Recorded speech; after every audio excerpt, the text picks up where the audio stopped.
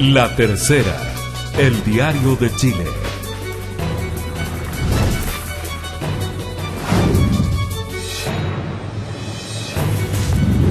Estamos de vuelta en Tolerancia Cero. La pregunta que estamos teniendo para esta jornada es si usted cree, en su casa, señor, señora, que existe a nivel de país una sensación o que se le da valor a la ciencia en Chile.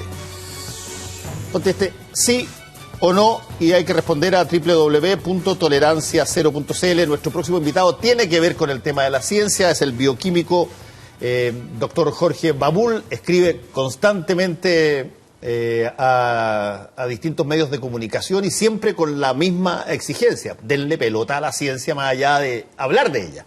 Y para eso, muchas gracias por estar acá, doctor, y lo invito a ver una nota aquí que hemos estamos, preparado. en el trasnoche, pero estamos. Eso.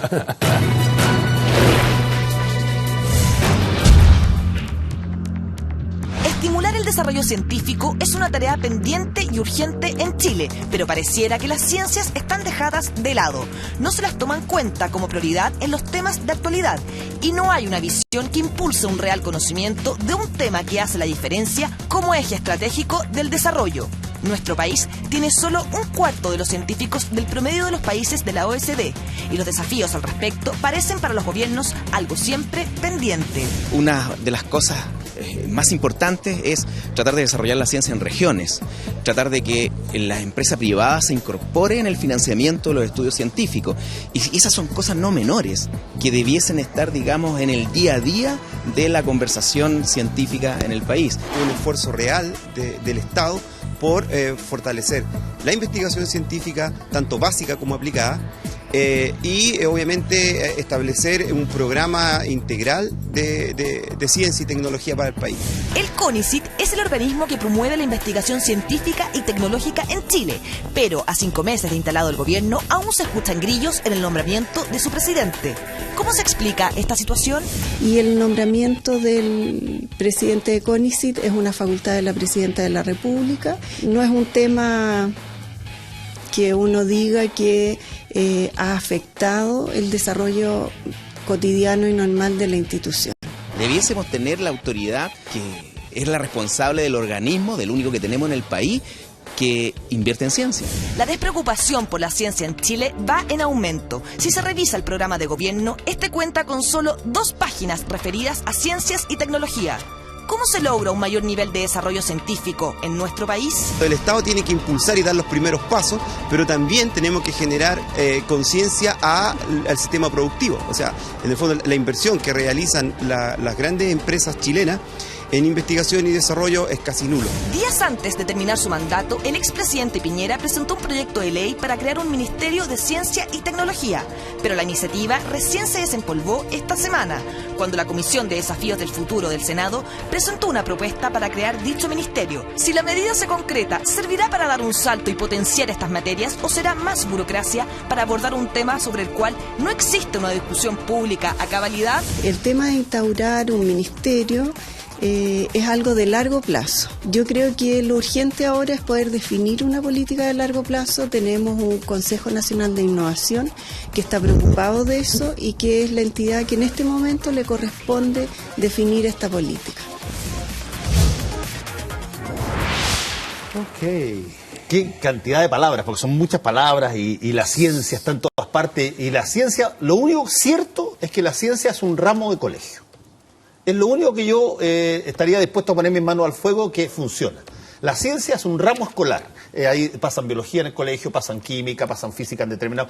Pero la ciencia a nivel de país, yo francamente vengo hace mucho tiempo escribiendo sobre este tipo de cosas en distintas columnas y encuentro que es carne de discurso y no pasa absolutamente nada. Y lo pongo en un ejemplo que tuvo lugar. Cuando se da a conocer un descubrimiento científico o un científico descubre algo importante o alerta sobre una determinada materia, ¿cómo se produce el vaso comunicante con la autoridad para que la autoridad pueda tomar mecanismos ya sea de incorporarlo si es que es un bienestar o si es una alerta respecto de algo, preocuparse de ello? ¿Dónde están los vasos comunicantes para que el científico y el gobernante conversen?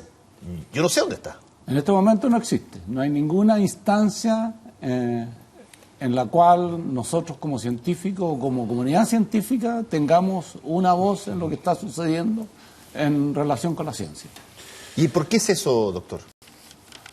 No hay interés, quizá, no sé, yo podría tener una opinión personal en el sentido que incluso mucha gente lo dice, ustedes son pocos votos, así que no hay interés en ustedes. ¿No será que ciencia es una de esas actividades que desgraciadamente hoy día tienen muy poco valor por la forma en que está estructurado todo el sistema gubernamental en general, que es un incentivo brutal al corto plazo, y la ciencia requiere de tiempo para investigar, recursos que se generen, y esa cuestión francamente no genera ningún tipo de incentivo nomás? O sea, hay un problema que es a nivel mundial, que está en este momento siendo discutido en Estados Unidos también y en otros países donde el desarrollo científico es mucho mayor que el nuestro, y es quiénes toman la decisión con respecto a cosas que tienen que ver con ciencia.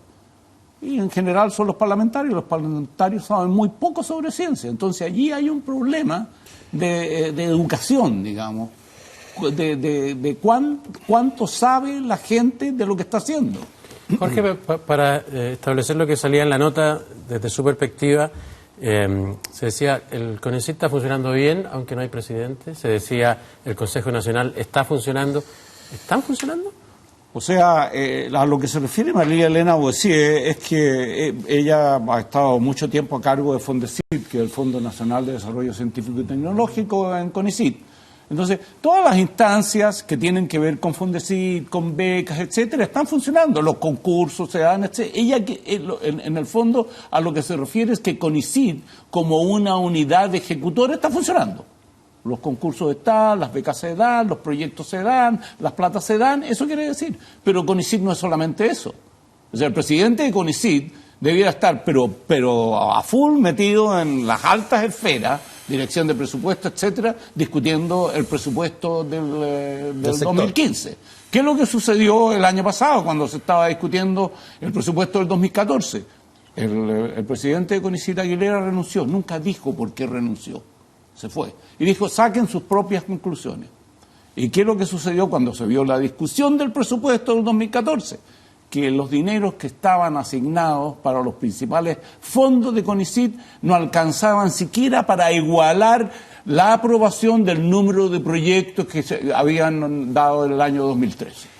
Entonces, la conclusión, como él dijo, saquen sus propias conclusiones, la conclusión que yo saco es que el gobierno le bajó el presupuesto y él dijo, yo no estoy dispuesto a reducir el número de proyectos aprobados, que son fundamentales para la ciencia de excelencia, y se fue. Y hasta el día de hoy no tenemos presidente de CONICYT. Eso sucedió en septiembre del año pasado. Por lo tanto, vamos a completar un año sin presidente de CONICYT. Y yo supongo que el presidente de CONICYT, no sé, pues indica el camino, dirá por dónde habrá que ir, entusiasmará a los científicos a resolver ciertos problemas. No solamente una cosa burocrática de hacer funcionar CONICYT. Fernando Villegas. ¿Cómo está? Buenas noches, profesor o doctor. Estudiemos científicamente por qué no hay ciencia en Chile y por qué hay ciencia en otros países. ¿Hay ciencia en Chile? No. Sí, bueno, digamos, en la cantidad que uno esperaría, porque de eso estamos aquí, si no, no estaríamos reunidos en este momento. Bueno, fíjese usted, en un país como Estados Unidos, un país que pretende seguir siendo una potencia militar, industrial y económica, hay una necesidad, una urgencia nacional por desarrollar ciencia y tecnología, y de ahí que gran parte de la ciencia y las tecnologías tienen que ver con el desarrollo de sistemas armamentísticos. La carrera espacial tuvo que ver con temas de prestigio y también cuestiones armamentísticas. Las empresas invierten enormes cantidades sin necesidad de CONICYT ni nada de dinero en ciencia porque quieren estar en la punta en los productos que les permitan mantener sus posiciones de mercado o generar unos nuevos.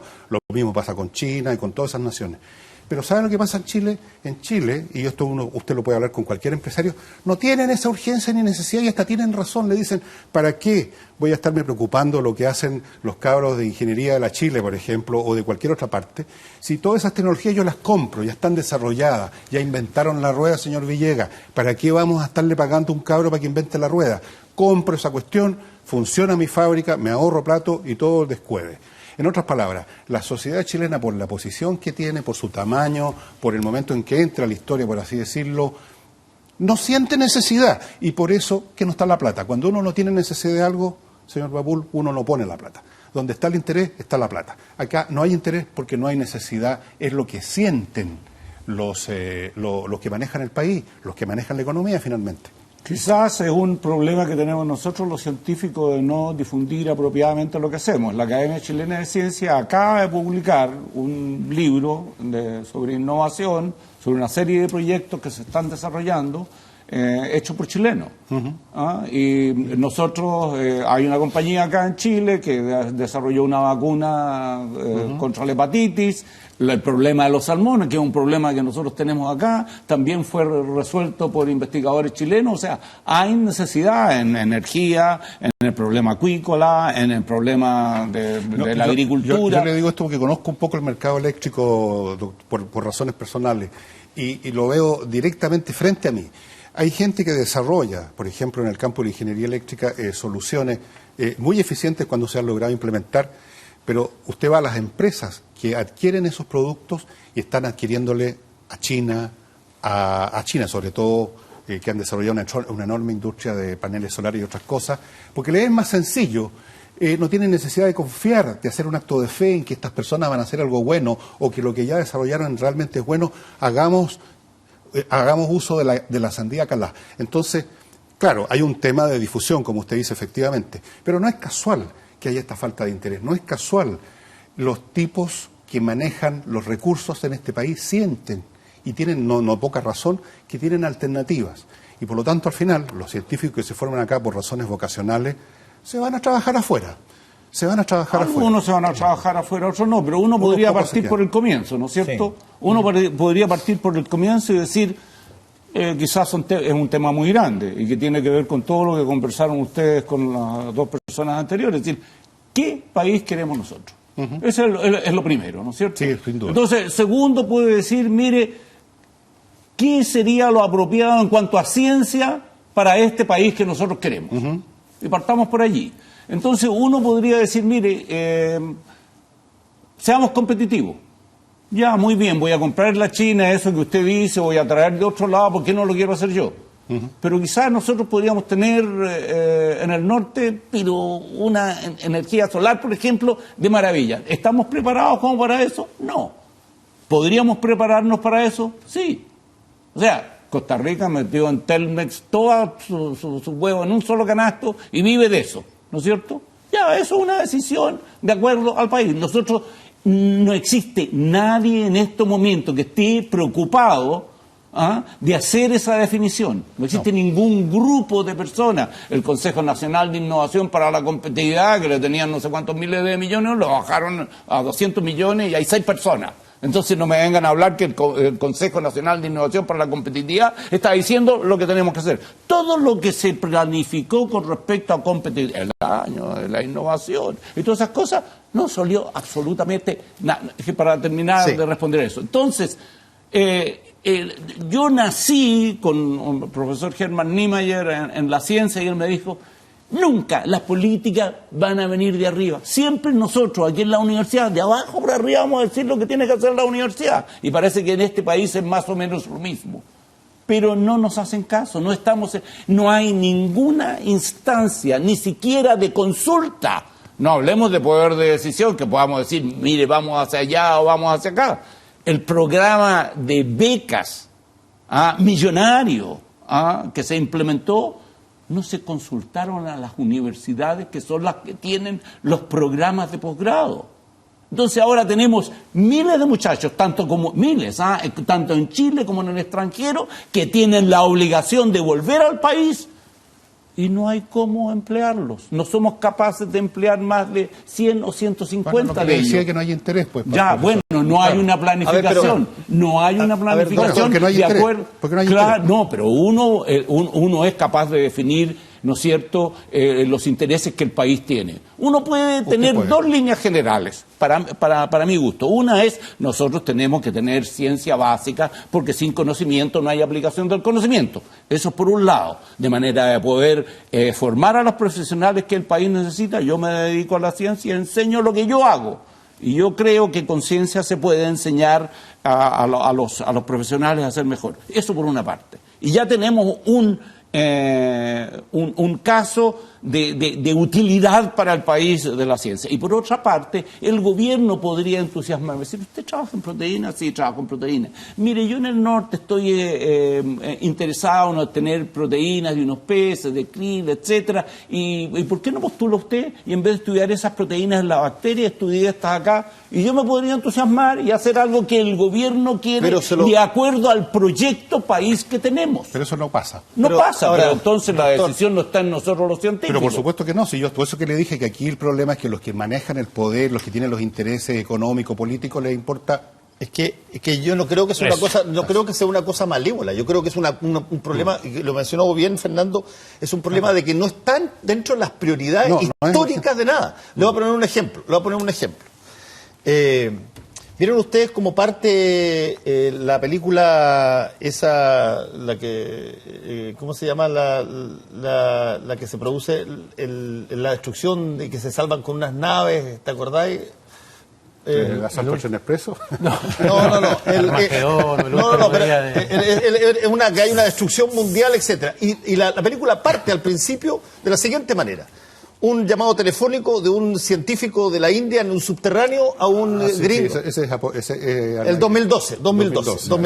El de un científico en la India en un subterráneo a un norteamericano acá. El norteamericano escucha, le manda por computador una serie de documentos. El tipo sale corriendo, toma un taxi, entra a la Casa Blanca donde hay una media...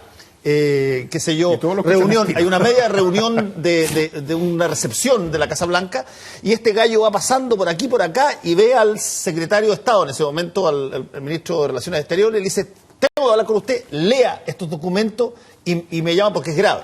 Y el tipo lo echan porque no ha entrado, y el tipo se sienta durante un segundo, lee la cuestión y se va, y ahí parte la película. El factor de comunicación entre alguien que alerta algo en Chile. ¿Cómo habría sido en Chile? Y la llegada al presidente de la República o presidenta de la República para alertarlo, ¿cómo sería? Porque en la película esto es Hollywood, es cierto. Pero ¿cómo sería el nexo? Pero es más grave aún. ¿Ustedes se acuerdan lo que pasó con el timerosal en las vacunas? Sí, exacto. ¿No fue un desastre eso para ustedes? Fue un desastre, sí.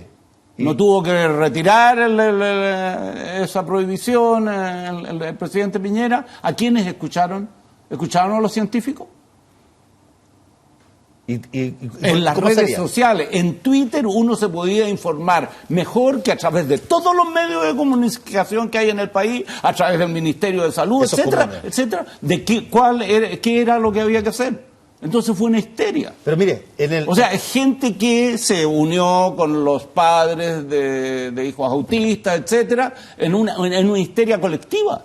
Ahora, doctor, en determinados casos y en determinados países existe lo que se denominan los consejos asesores presidenciales de ciencia. En Estados Unidos es muy famoso, y que justamente de lo que se necesita es que de repente haya alguna situación, y tú tienes razón, ellos tienen intereses en todo el mundo, son un imperio gigante y por lo tanto necesitan saber. Acá, si la presidenta quiere informarse de ciencia, ¿qué tiene que hacer? ¿Llamar el teléfono y llamarlo usted? ¿Llamar a la Asociación Científica de Chile? ¿Habla con los científicos amigos? ¿Cómo lo hace? En este momento hay una labor de asesoría a la presidencia por parte de CONICYT y otra labor de asesoría a la presidencia por parte del CENIC, que es la Comisión Nacional de Innovación para la Competitividad. Por lo tanto, ahí ya hay un problema. El otro problema es que el año 1973 se le eliminó el consejo a CONICYT, que el consejo es el que asesora al presidente de la República. Y por lo tanto, desde el año 73 hasta ahora no ha tenido consejo, y el presidente CONICYT o la presidenta ha sido un reyesito, una princesa allí que hace lo que se le ocurre. Eso es así. No ha habido participación de los científicos en ninguna de las políticas que ejecuta CONICYT. Y déjeme preguntarle, déjeme participar un poquito. Don Jorge, a propósito de lo que se está viviendo con una de las grandes reformas a la que está apostando este gobierno, que es la reforma educacional. Me da entre vergüenza y pena hacerle la pregunta porque me imagino la respuesta. ¿Algo de esta reforma educacional ha tenido que ver o le han preguntado a ustedes con ciencia, con tecnología o con innovación? ¿Ha habido algún contacto para meterlo en la reforma? Ninguno. de ningún sector. Nada, ni siquiera de la enseñanza de la ciencia, etcétera. La mayoría de los profesores que se forman para la enseñanza de la ciencia no hacen investigación. Y en ese sentido, veíamos en la nota que en el proyecto del actual gobierno hay 2 páginas, nada más dedicadas a la ciencia, y una de las cosas que dice en esas 2 páginas es que está la intención de cambiar el CONICYT desde Educación hasta el Ministerio de Economía. ¿Eso le parece razonable? No, es más que eso, es más que eso. ¿Ah? A mí me gustaría volver a responder a la pregunta de los consejos, pero voy a ir a eso. Nosotros, cuando el ministro de Economía quiso cambiar CONICYT del Ministerio de Educación y Economía, salimos a la calle. La segunda vez que salíamos a la calle, frente a la Moneda. Llenamos el año 2013. Llenamos el Teatro Antonio Varas y fuimos más de 1000 personas frente a la Moneda. Pasó desapercibido, pero ahí estuvimos. Y la respuesta del gobierno, finalmente, después de mucho tiempo, juntamos como 5000 firmas, etcétera, fue no lo vamos a, no dijo no lo vamos a hacer, vamos a formar una comisión asesora presidencial para hacer una proposición. Esa proposición se hizo y era un Ministerio de Ciencia, Tecnología, Innovación y Educación Superior. ¿Ah? Y después Cheire, que era uno de los que estaba a cargo, dijo, no, si eso se van a pasar varios gobiernos antes que eso suceda. Para mí eso era una tomadura de pelo, dicho bien claramente. Después del último Congreso del Futuro que hubo en el Congreso aquí en Santiago, Chaguán, ahí el senador estaba, y porque cerraba a Piñera esto, dijo, presidente, queremos un Ministerio de Ciencia y Tecnología. Y el 7 de marzo, 3 días antes de irse, presenta un proyecto. Y no alcanzó a ingresar y allí quedó. Ahora, eso es lo que sucedió durante este tiempo. ¿Qué es lo que dice el programa de Michelle Bachelet? De formar una subsecretaría en el Ministerio de Economía para Ciencia, Tecnología, etcétera, allá. Y poner a CONICYT en ese sistema y un consejo que lo preside el ministro de Economía, peor de la razón por la cual nosotros salimos a la calle. O sea, si eso se hace, no sé qué haríamos, no iríamos a encadenar a la Moneda, yo creo, si es que se cumple con ese proyecto. Ahora, pero hay otras cosas que no se saben, que no salieron en la prensa, pero que yo sí las sé porque conversé con algunos premios nacionales. Michelle Bachelet juntó los premios nacionales de ciencia cuando era candidata y les dijo que iba a tener un Ministerio de Ciencia y Tecnología. Pero eso no salió en ningún lado. No existe ningún récord de algo que ella haya dicho. Así, pero eso lo sé, porque me lo contaron premios nacionales. Entonces hay aquí algo que podría pasar, pero no sabemos. El mejor registro de que eso podría ser verdad es que se presente un proyecto para efectivamente que haya un ministerio. Hace 5 días atrás se aprobó por 13 votos a favor y ninguno en contra una proposición del Congreso del Futuro en el Senado de presentar un proyecto de Ministerio de Ciencia y Tecnología. Ahora, y yo le pregunté antes de ayer a Chaguán, que pertenece a esto, le pregunté por Twitter, oye, ¿y existe un proyecto al respecto? O sea, algo escrito. Me dijo, va a estar basado en lo que presentó el presidente Piñera. Y yo lo leí y, digamos, eso no ha sido discutido por nadie. Y ya en los medios, en Twitter, en todos lados, los estudiantes, todos dicen, por ningún motivo vamos a aceptar ese proyecto que salió de Cheire, de Filipe y de Piñera. O sea, ya tenemos en general una opinión pública que es bien poderosa, ¿no es cierto?, en contra de algo que ni siquiera nace. Fernando una cosita, siguiendo con la... Perdona que te haya interrumpido. No, pero por favor. Hacerlo pública, Ya, rápido. ¿Le han consultado a usted, por ejemplo, usted siendo bioquímico, sobre el tema del ébola? Que es el peor brote, van más de 1000 muertos, se ha extendido en los países, al médico que los están sacando ya porque el asunto no tiene control. ¿Le ha preguntado alguien del gobierno a usted qué es lo que habría que empezar a pensar respecto a lo que pueda venir? No, a mí no. Bueno, yo no soy experto en esto, pero supongo que a la gente del Servicio Nacional de Salud, a la gente de las facultades de medicina, debieran juntarse y tener precauciones al respecto. Eso nada se ha hecho. O sea, no hay canales corrientes de comunicación con la comunidad científica. científica. Muchos años atrás, cuando estaba Viera Gallo a cargo de la Cámara de Diputados, logramos crear en la Cámara de Diputados una comisión de ciencia y tecnología, y él se comprometió a que todos los proyectos que pasaran por allí tenían que pasar por los científicos, porque siempre hay algo de ciencia que tiene que ver. Se ha hecho, pero no sistemáticamente, y se ha hecho cuando algo que tenga que ver con astronomía y consultan a María Teresa Ruiz, por ejemplo, o cosas de ese tipo, pero no sistemáticamente. Doctor, cuando se me gustaría volver a lo de los consejos en los distintos países. Es que quizás tiene que ver con la pregunta final que le voy a hacer. Cuando se informa públicamente de que se inaugura, por ejemplo, voy a poner un ejemplo, el centro radiológico más espectacular, el ALMA, en los telescopios acústicos más espectaculares que existen en el norte chileno, ¿la gente cree usted que piensa que eso es ciencia propia o nosotros solamente arrendamos el local y la verdad es que esa es ciencia de otros? No usufructamos de nada de eso. Yo creo que existe ignorancia respecto a eso. Digamos, los que están informados saben de que hay un tiempo que le corresponde a Chile, pero ese tiempo que le corresponde a Chile tiene que ver con proyectos. Si es un 10%, no es decir, mire, aquí tiene el 10%, usted haga lo que quiera. No, uno tiene que presentar proyectos para ocupar ese 10%. Y yo no creo que la gente esté bien informada respecto a qué es lo que está sucediendo allí. Por cierto que tenemos altos índices de publicaciones en el área de la astronomía y tenemos gente muy buena. Incluso se pensaba en un par de años atrás, cuando hubiera un premio Nobel al respecto, de que estaba basado en investigaciones de chilenos. Y lo de los consejos que usted quería señalar. Bueno, cuando se creó CONICIT hace mucho más por los años por allá 70, cerca de 1970, no era común que hubiese en los distintos países ministerios, por ejemplo, o consejos de nivel ministerial. Después de como 20 o 25 años, el número de ellos empezó a crecer y ahora hay más de 90 países que tienen o un consejo de nivel ministerial o un ministerio a cargo de políticas estables.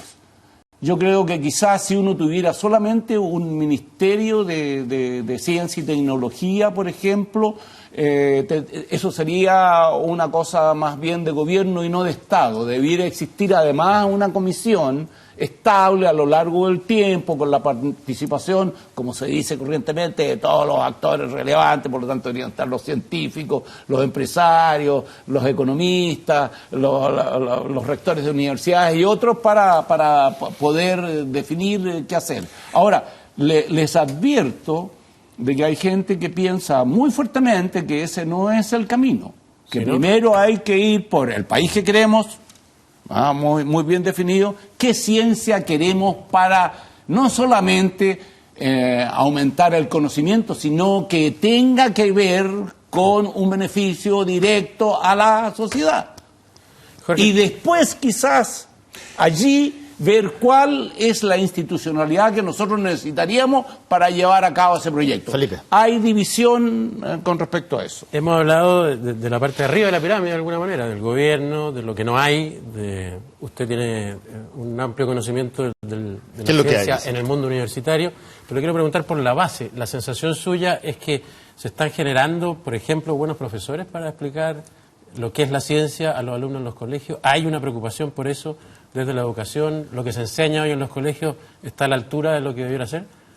Bueno, los últimos estudios al respecto lo hicimos el Consejo de Sociedades Científicas en conjunto con la Academia Chilena de Ciencias y también con la ayuda de CONICIT, y la conclusión con respecto a la enseñanza de la ciencia es que los profesores, en aquel entonces, estamos hablando del año 2005, la mayoría de los profesores se formaban en lugares, en universidades, donde no había investigadores, donde no se hacía investigación. No sé cuántos habrá, 50 o más facultades de ciencias, por decir algo, pero la acreditación en ciencia de muchas de esas universidades no existe. Son muy pocas las universidades que están acreditadas en ciencia. En las universidades privadas o particulares hay 2. Doctor, antes que nos vayamos, una cosa muy importante que se suma también, Felipe, a lo que preguntaste. Qué genial. aparte del interés nacional, de la urgencia por tener ciencia, otro factor que determine que haya o no haya un desarrollo científico es que haya no suficientes vocaciones de las generaciones de estudiantes más capacitados y que tengan interés en meterse a la ciencia y no a carrera a la mesa de dinero, a donde se gana la plata. Gente que quiera estudiar bioquímica y ser científico, o estudiar matemáticas, física, etcétera. ¿Cómo ve usted? ¿Viene gente interesada en ciencia en Chile? Hay mucha gente interesada, pero han sido decepcionados por el mal funcionamiento de todo el sistema de becas. No han cumplido, no le pagan los sueldos, es extremadamente desordenado. O sea, lo estamos invitando a que se vayan al extranjero y no estén acá.